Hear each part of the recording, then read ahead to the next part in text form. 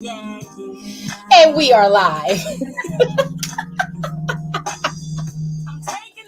Hello, everybody. Welcome to another Coco Connect episode. This woman here needs no introduction. That's on the tunes right here. Y'all all know Jilly from Philly. We are vibing out to the Jill Scott. We do not own the rights to this music, but we are absolutely going to jam out because one of the legends that we have on today, she rocks the radio waves. She rocks the motherhood. She is an amazing inspiration from South Philadelphia. So we had to make sure we brought her in right. We have another woman here who is straight out of Richmond, Virginia. She has been able to dominate as well in her industry of public relations, in an area where we don't all the time see ourselves represented. And Anika, as a journalism major, it's so much that we can learn from them. And so we wanted to learn from the legends. We want to sit at their feet and just take it all in.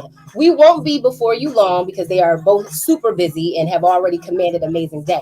But without further ado, please say hello to Patricia Evelyn Green and the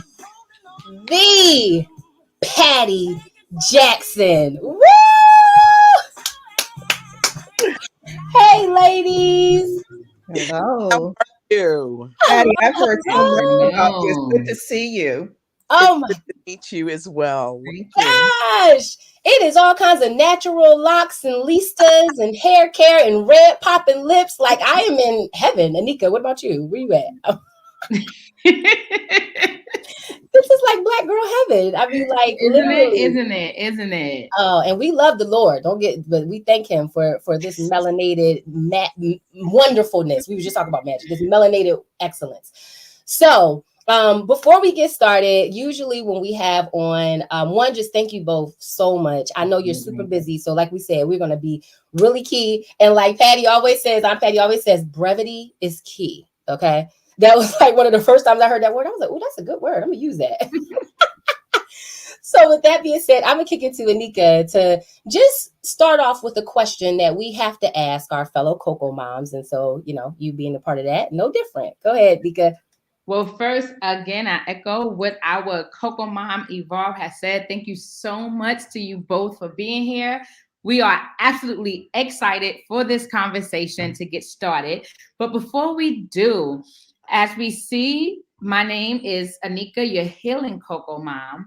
And, we like to think about the many hats that we wear, right? But we are absolutely always excited when we can support and help women grow and help other moms feel supported and strengthened in their journey. So you two, as Coco moms, what would be your superpower?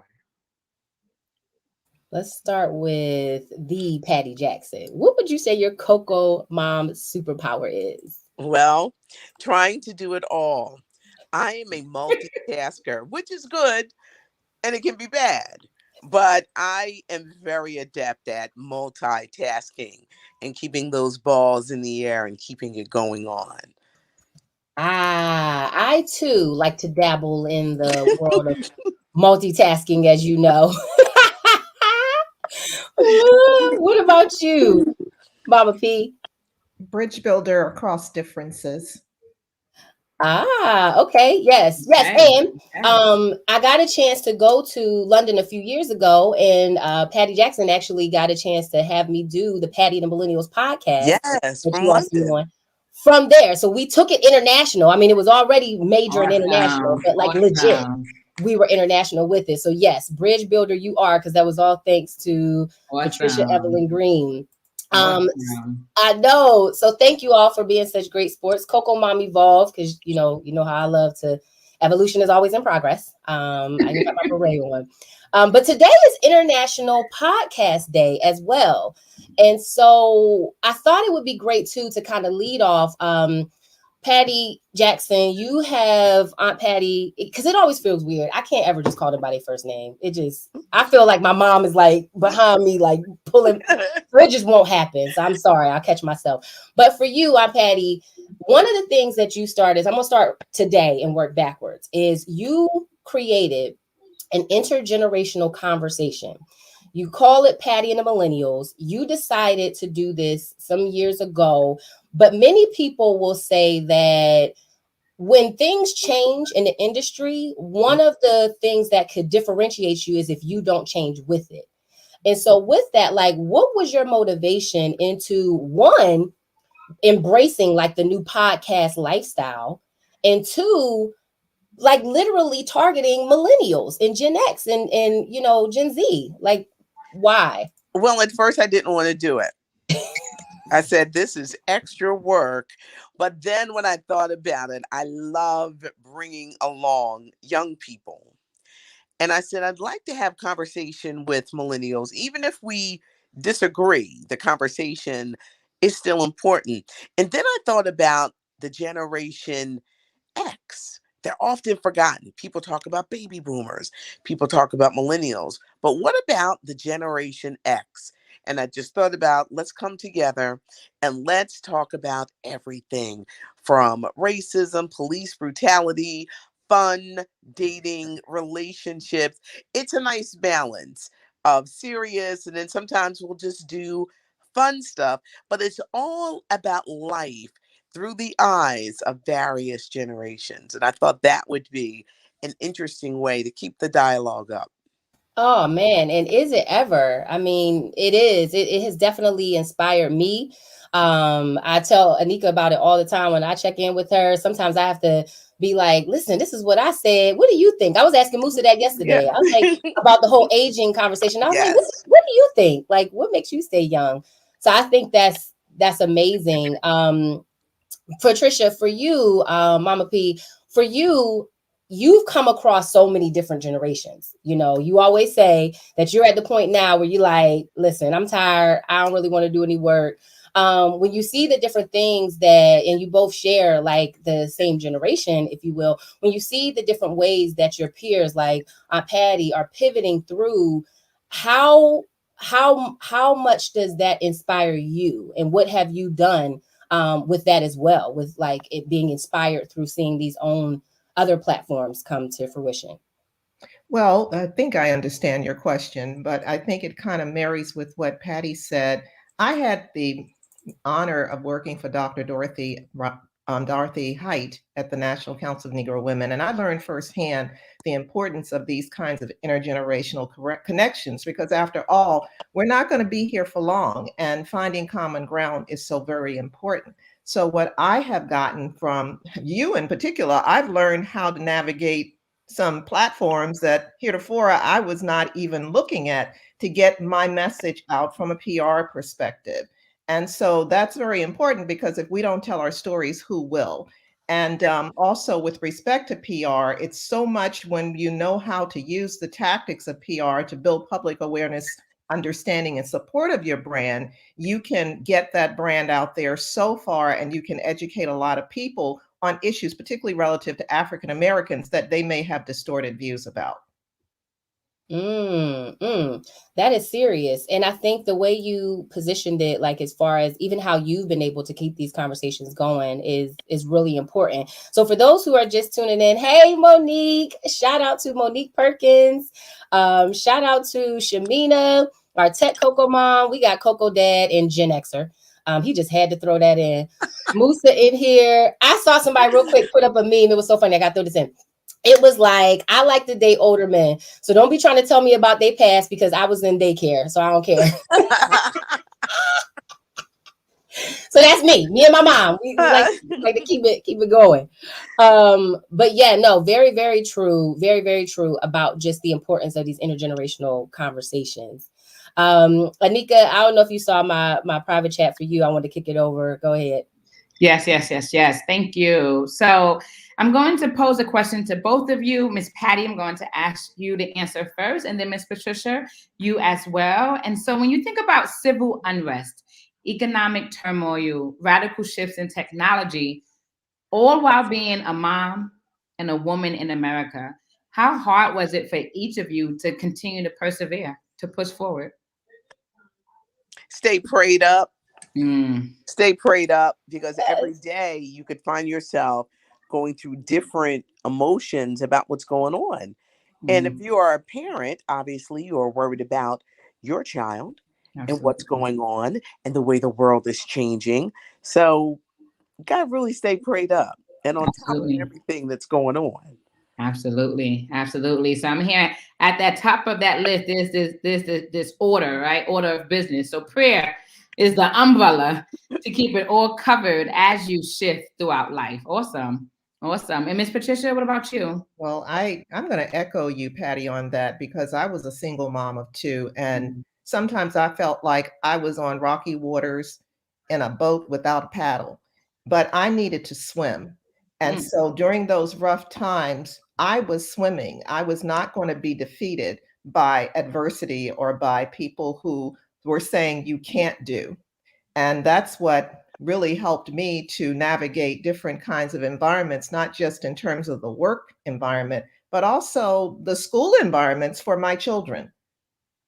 Can I repeat that part, Miss Patricia? You said you were on rocky water, but you needed to swim. And even as you said that, oh my God, it just resonated with my spirit, right? That oftentimes we'll be in situations where there's so much being thrown at us, and it really is a decision of, am I going to swim or am I going to sit still? And oftentimes, especially as you're working and as you're parenting and as you're navigating life, right? Prayed up in awe, it can absolutely be difficult, but it has to be your decision to keep pushing forward. So whether you swim, whether you run, whether you walk, whether you hop, I'm really hearing this idea of just keep going forward. Right. Don't let people defeat you.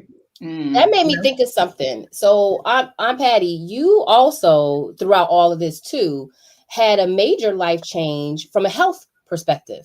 Yes. Years ago, and it feels like yesterday, right? I'm sure, but it some time just keeps going. You actually suffered a stroke. And like, what did that mean to you going through that? How has things changed? Because one of the things you also do with your platform is you lift up the importance of us maintaining our health too. Like you've allowed many of us, myself included, to speak about the things that have helped us to change and shift. And you being that inspiration, and even the poster child for many of the networks here that you were able to go through. Like, what was that like, and how do you come out of that and still keep that level head and that spirit that you have? Well, I lost my vision. I was in a wheelchair. I couldn't walk. I lost my right side, but I still had my voice. And that let me know that God had not forgotten me, but he was taking me down a different path. It led me into a world where one could open up about depression because my mother was dying and I didn't want to accept it. And I never wanted anyone to know that I could be depressed, because you still gotta work, be happy on the radio, raise your child, take care of your mom. I took care of my mom for about 25 years. And I literally broke 2 weeks after she died, because in doing all of that and being that superwoman, I never took care of myself. I'm talking about basic things like drinking water. These are things I didn't. So when the vessel popped in my head, I didn't even know. I just kept going because that's what I was used to doing. Going, going, going. So to lead me down this path, learning how to walk again, regaining my life. And I made a promise to God. I said, if you get me out of this wheelchair, if I could get my vision back, just get my life back, I would spend the rest of my life telling women and men the importance of taking care of yourself. Because guess what? While you're trying to take care of everybody else, if you don't take care of you, what good is it if you break? Oh my gosh. Patty, that is so resonating to me. Thank you for sharing that. If you don't take care of you, Nope. like Means nothing. It's nothing. And that's something that many of us, you know, especially again as women and as men, we know that it's just a very trying time. There's so many demands on our lives. And so that's again why we are so appreciative as we start to wrap up this conversation for today. We're so appreciative of you and your time. So just as one final thought, just one final piece of advice, even we'll start with you, Mama P. What would you say to, so we talked about how important it is intergenerational conversations. What's next for you, number one? And then what do you want the next generation to take away from the life that you are leading? Because this conversation is all about creating our legacy. We always talk about legacy, but we don't ever talk about it like in the now. It's usually after somebody is gone. So we want to be intentional now. So what's next for you, and what do you want the next generation to take away from all this work that you've done? Well, we all have a story, first of all, and very often we make assumptions if people are appearing to look successful to us. We think they were born with that they had some unique advantages. I just want to be a model for someone who recognizes that I had to do it all, that I didn't have parents who could do things for me financially. So I had to work myself through every opportunity I had from after high school to now. And so I would just like them to know that the world is really for all of us, particularly women. This is a time where women can make a mark on the global platform with respect to their gifts. And that's what I'm doing. And I'm carrying you along on that journey, Alexia. And you will find women across the world globally building bridges across differences who can align with your core values and your professional pursuits. So don't give up. Recognize that you have something that someone else wants with respect to teaming relationships. Thank you. Thank you so much for that. And you, Aunt Patty, what's so much is next? Okay, so I'm telling some of the stuff that's next, then I'm gonna let you go. Hold on. So one of the other things that's next is that, and what prompted me to, because Aunt Patty is always lending her platform too. That's why, you know, these two, it was definitely God that brought you both into our lives. But you're being honored next week. Yes. You are getting what? I'm getting a street named in my honor. I grew up in South Philadelphia, and where I grew up in South Philly, 23rd and Ellsworth, they're naming it Patty Jackson Way. That is great. So that's happening. And in November, the Philadelphia Association of Black Journalists, I'm getting their Lifetime Achievement Award. Oh, Patty. Wonderful. Wonderful. What an honor. Oh my gosh. Like, I don't know if you all are taking this in. Patty got a streak. That's as far as I can type. Legacy. Legacy. It really, really is. So we know those couple things are happening for you. But same thing, like what else do you think is next for you? Shout out to your bubbling baby boy, as my mom would always call my brother. No, he just graduated. Congratulations on that. But what else is next for you? And what advice do you have to those who are in the next generation? I need to write a book. The book. Yes. The book has to happen. The book has to happen. And I would like to do some teaching at a college. I think that's definitely in my future, being one of those like adjunct professors. So I see that in my future. My advice is never be afraid to put in the work. Nothing is ever handed to you.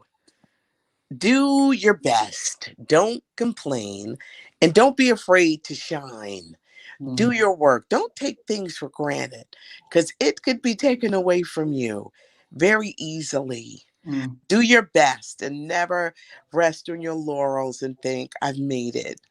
You can never forget those who are coming up behind you, and make sure that you bring them with you and uplift them. I mean, what else do you say to that? But thank you so much again for you joining us. Thank you so much, Mama P. Thank you, Aunt Patty Jackson. Thank you for just pouring into us for these brief moments. Again, one of the things that they always say is that you want to give people their flowers while they're living. So, I got a real bouquet coming, but for right now, here you go. Thank you. These are your flowers. Thank you so much for just continuing to love and reflect your community. We've been talking a lot about representation, and it is key. So, and Anika and I speak so much on it for our kids, for us, and even at 38 going on 39, and she sort of kind of claimed 37 years old, we still get goosebumps when we see women of your caliber in this way. So thank you so much for tuning in, everybody. Can I point out one thing? Yes, please. Miss Patty, you really have to buy a property on your street now, because if I write an envelope, it's going to say Patty Jackson, 123 Patty Jackson Way. I mean, you got to be able to write that. It's just so dope. Yes, you're right. You are so right. Or at least just keep mailing stuff to people. Thank y'all so much for tuning in. Thank you so much. Everyone, please make sure you go follow Patricia Green Rogers on Facebook at the Patricia Green Group. The legendary Patty Jackson on IG, WDAS Patty, to hear her on, to also hear about her YouTube channel, and catch the Patty and the Millennials podcast weekly on iHeart, Pandora, iTunes, everywhere you can listen to podcasts. It is there. It is super dope. Please make sure you follow these amazing women. And of course, for us, follow us, CocoLife.Black on IG, Facebook, and the web, and YouTube, CocoLife.Black. We thank you so much for tuning in. Be blessed and have a great day. Thank you.